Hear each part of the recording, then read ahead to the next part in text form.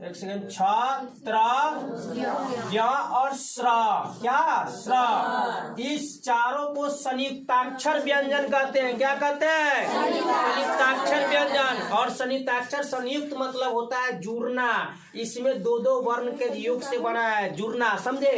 तो संयुक्ताक्षर व्यंजन इसको हम कहते हैं। अच्छा, ये भी आपसे पूछ देगा, माने कि तो आप जान गए कि क से लेके म तक क्या होगा?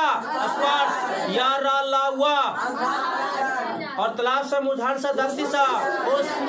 अच्छा, छात्र ज्ञ और श्र क्या होगा? संयुक्ताक्षर व्यंजन। आपसे ये भी पूछ सकता है इनमें कौन संयुक्ताक्षर व्यंजन है, तो आपको ये बताना पड़ेगा, समझे? उसके बाद आप ये जानिए कि छ जो है ना, छ में कहेगा किन किन वर्णों का मेल हुआ है। छ किन किन वर्णों से बना है, त्र किन किन वर्णों से बना है, श्र। तो आपको याद करना होगा कि क हलंत जो मूर्धन्य स हलंत से बनता है आपको छ, समझे? इसको याद करना होगा।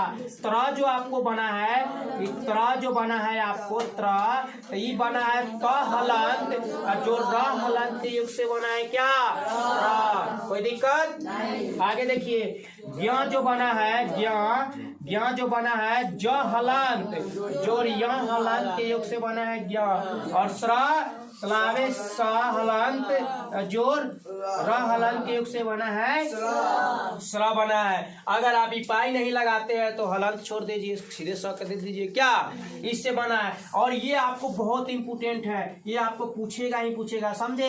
कि क ऐसे पूछ देगा जैसे क हलंत जोर मूर्धन्य स के योग से कौन सा शब्द बना है, क्या? तो छ बना है। इसको आप रटने का प्रयास कीजिए और बहुत बेहतरीन है, समझे? उसके बाद आपको बता देते हैं हर्ष। अब चल रहा है क्या? स्वर वर्ण में। क्या है? स्वर वर्ण।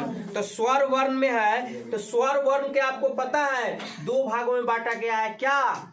दो भाग स्वर वर्ण के दो भागों में, एक में मूल स्वर, दो में संयुक्त स्वर। मूल स्वर, दो में संयुक्त स्वर। और अ आ ई माने की है, तो अब यहाँ पे हम मूल स्वरों को भी दो भागों में बांटा। ये पूछ देता है अधिकतर, इसलिए हम इसी को टॉपिक कर रहे हैं कि मूल स्वर जो होता है हर स्वर और दीर्घ स्वर। हर स्वर का अर्थ होता है छोटा, दीर्घ का अर्थ होता है बड़ा। हर्ष का अर्थ होता है छोटा और दीर्घ का अर्थ होता है बड़ा। अगर मान के चलिए अ लिखे तो अ हो गया हर्ष, आ लिखे ये हो गया दीर्घ। आ बोलने में समय, हाँ, आ बोलने में अ का दुगुना समय। अब माने कि अ जोर अ के मेल से बना है आ, तो दो बार अ बोलेंगे तब ना आ होगा, क्या? तो ये दुगुना समय लग रहा है, तो इसलिए आपको याद करना होगा अ जो है, उसके बाद हर्ष ई जो है, हर्ष उ जो है, ये हर्ष स्वर है। उसके बाद इसके साथ आ, दीर्घ ई, दीर्घ उ, ये क्या है? दीर्घ स्वर है। कोई दिक्कत नहीं? ठीक। उसके बाद समझाते आपको कबर चबर टबर। अच्छा, एक और चीज आपको बताना भूल गए हैं, वो बता देते हैं। नासिका वर्ण, नासिका वर्ण जो होता है सभी का अंतिम वर्ण, कवर का अंतिम, चवर का अंतिम मतलब अंगा, या, रा, ना और मा, इसको हम नासिका वर्ण भी बोलते हैं। क्या बोलते हैं? नासिका वर्ण भी बोलते हैं, समझे? अच्छा, अब ये बताओ इसमें स्पर्श व्यंजन, अंतस्थ व्यंजन, उष्म व्यंजन आपसे अगर पूछता है तो कोई दिक्कत होगा कभी? क से लेके म तक क्या होगा? यारा ला हुआ, नहीं यारा ला हुआ अंतस, और तालाब सा मूर्धन सा दंत सा, छात्र ज्ञ स्र, संयुक्ताक्षर व्यंजन। छ किससे किससे बना? क हलंत जो मूर्धन्य स के योग से बना है, क्या? छ बना है। अच्छा, अब इसके साथ कोई एक और चीज परीक्षा में जो पूछता है थोड़ा अपने मुंह का हरकत याद कर लेंगे तो उस कभी गड़बड़ नहीं होगा। जैसे कि पूछता है ना कि ब का उच्चारण स्थान क्या होगा, ब का उच्चारण स्थान, उसके बाद य का उच्चारण स्थान, म का उच्चारण स्थान, ऐसे पूछ सकता है ना। तो आप लोग याद रखिए, कवर्ग, क वर्ग, क वर्ग मतलब क ख ग घ अंग। इसका उच्चारण स्थान होता है कंठ। क्या होता है? कंठ। इसको कंठे वर्ण बोलते हैं। उच्चारण स्थान क्या? कंठ। अब जो कंठ से बोला जाएगा, तुम यहाँ छू के देखो क ख ग घ अंग, तो यहाँ पे तुमको दिक्कत महसूस हो रहा है ना? तो जो कंठ से बोला जाएगा वो क्या होगा? कंठ वर्ण। उच्चारण स्थान क्या होगा? कंठ। मतलब पूरा क ख ग घ अंग। अंग तो नासिका वर्ण भी है, लेकिन कंठ के साथ ही बोला जाता है। समझे? तो आपको याद रखना होगा ये। और कवर के साथ आपको अ और आ, कवर के साथ क्या होता है? अ और आ का भी और अ का भी उच्चारण स्थान यहाँ होता है। समझे? कंठ। उसके बाद होता है तब चवर्ग। चवर्ग, चवर्ग मतलब च छ ज झ पूरा चवर्ग जो होता है, इसका उच्चारण स्थान क्या होगा? कंठ। क्या होगा? कंठ। चवर्ग का होता है तालु। अब देखिए कैसे। आप चछ थोड़ा बोलिए। जब चछ बोलते हैं तो आपको पता होगा, जैसे कि हम बोल रहे हैं च छ ज झ, तो आप देखिए आपका जीभ का कुछ हरकत हो रहा है। वहां पे जीभ थोड़ा गोल की तरह मुड़ रही है। तो जब ऐसे हो और माने कि हवा के द्वारा, माने कि वहां पे कुछ शब्द को रोक के और हवा के द्वारा निकालना है। च छ ज झ य अगर बोलते हैं तो आपका जीभ जो ऐसे सीधा है तो ऐसे थोड़ा हो रहा है। जब भी जीभ ऐसा हो वो तालव्य वर्ण होगा। उसका उच्चारण स्थान क्या होगा? तालु होगा। उसका उच्चारण स्थान तालु। और इसके साथ हर्ष ही और दीर्घ भी होता है तालु का। समझ गए? अब होता है टवर्ग। क्या होता है? टवर्ग। टवर्ग को होता है मूर्धा। क्या होता है? मूर्धा। अब तुम ये देखो ट ठ ड ढ ड़। अच्छा, जब टठड़ा बोलते हैं तो आप लोग तरीका देर के लिए सोचिए, आपका जो जीभ है ऊपर सट रहा है, ऊपर सट रहा है ना?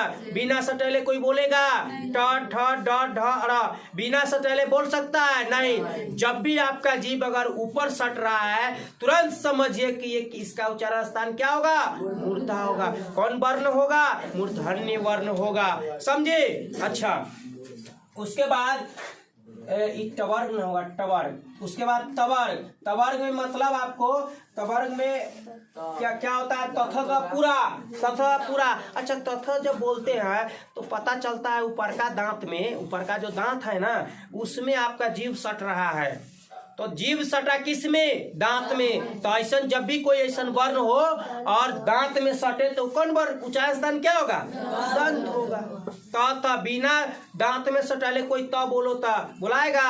नहीं बुलाएगा। इसलिए त थ द ध। तो जब दांत में आपका जीभ सटता है तो ये कौन वर्ण होगी? दंत्य वर्ण होगी। उच्चारण स्थान क्या होगा? दंत होगा। समझे? उसके बाद पवर्ग। पवर्ग अगर लेते हैं, पवर्ग का उच्चारण स्थान बताना है तो इसका होता है ओष्ठ। पवर्ग का उच्चारण स्थान क्या होता है? ओष्ठ होता है। पवर्ग का उच्चारण स्थान ओष्ठ होता है। अब ओष्ठ कैसे? बुआ जी कोई लेके ओठ दोनों बेगर सटाले प बोल के दिखाओ तो हमको। कौन हो?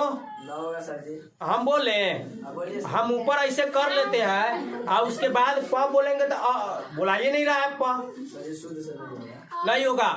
तो प फ ब भ म बिना ओठ सटाले नहीं बोल सकते हैं हम लोग। क्या? तो जिसमें ओठ सटा के बोलते हैं मतलब आपका ओष्ठ वर्ण होगा ही होगा।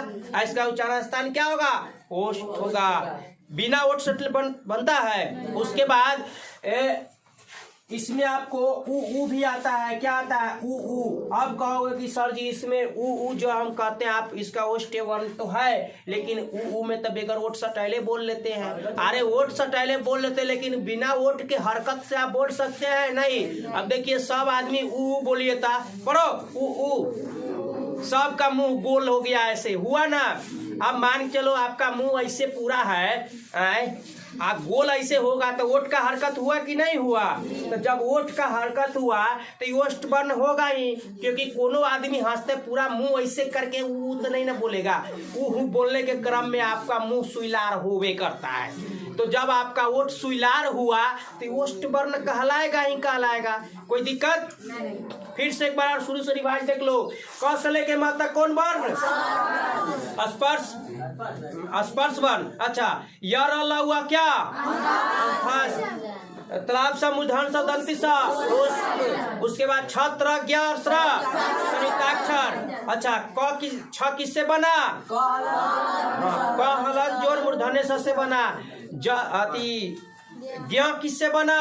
ज हलन जोर य के योग से बना। क्या? अच्छा एक बात याद रखिएगा, जो यार अल्लाह हुआ जो आप पढ़ रहे थे उसके नीचे हलंत लगाना नहीं भूलिएगा, नहीं तो हलंत लगा दीजिएगा गलती होगा। कभी कभी कोई ऑप्शन में दे देगा, कोनो में हलंत रहेगा कोनो में हलंत नहीं रहेगा, तो आपको पता है कि आप हलंत वाला पढ़े हैं। अच्छा और बताइए तो हर्ष है कि दीर्घ है? हर्ष है, क्योंकि आ हम नहीं बोले हैं आ बोले हैं, तो आ में छोटा समय लगा कम समय लगा तो आ क्या हुआ? हर्ष हुआ। आ बोलते दीर्घ होता, हर्ष ही बोलते हर्ष पढ़ाइए रहा है, हर्ष ही दीर्घ हर्ष दीर्घ, कोई दिक्कत नहीं। अच्छा उसके बाद वर्ण में आ जाइए।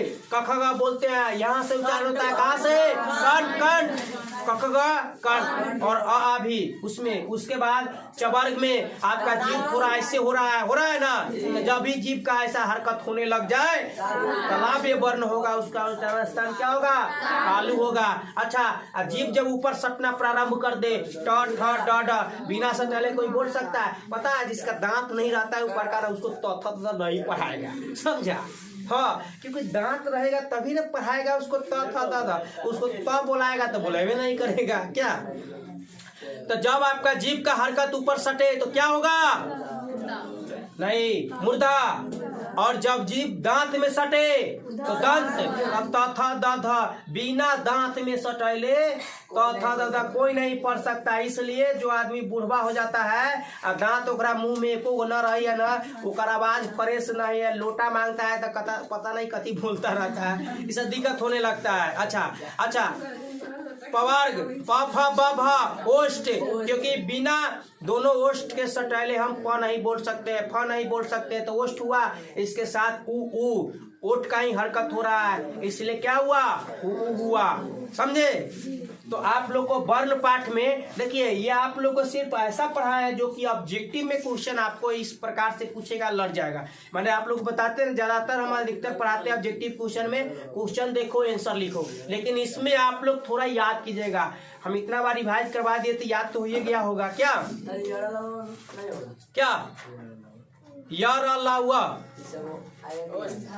यार अल्लाह हुआ माने कि इसमें और भी था, तो आप वही नहीं कहते हैं, जाके किताब तो पढ़ते नहीं, सीधे कहते हैं सर जी कोनो ट्रिक बना दी। अरे ट्रिक भी वही आदमी का, मान के चलो तुमको 10 किलो 20 किलो अगर उठाना पड़ेगा तो तुम्हारा शरीर पहले चलने लायक होगा तब ना उठाएगा। तो शरीर चलने लायक बनाते नहीं हो, सीधे कहते सर जी 20 किलो वाला बताओ ना। 20 किलो कहाँ से बता दें 20 किलो वाला? क्या ठीक है।